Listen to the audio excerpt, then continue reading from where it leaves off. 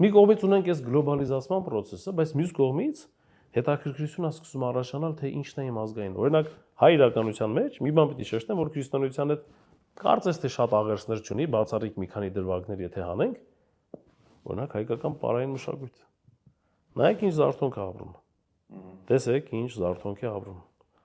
Ողորմած հոգի Գագիկ Գինոսյանի ֆենոմենալ ջանքերի շնորհիվ։ Խենթի պես այդ մարդը ոչ մեկ չէր հավատում, շատ քիչ մարդիկ են հավանաբար հավատում, բայց ինքը խենթի պես մտավ ու արեց։ Ինքը կարողացավ մի փոքր կայծ տալով այդ բոլոր հայ երեխաների, երիտասարդների մեջ արտնասնել իրենց գենետիկ հիշողության մեջ պահված ամենահզոր խթաններից մեկը, որը բարի մեջ արտահայտվում է։ Ինչքան էլ քրիստոնեությունը պարային պարարվեստի հետ շատ աղերսներ չունի, երբեմն նաև դեմ լինելով, հա, չնայած որ բարերկան քրիստոնեական մոտիվներով են աստվածածնապար օրինակի համար, հա,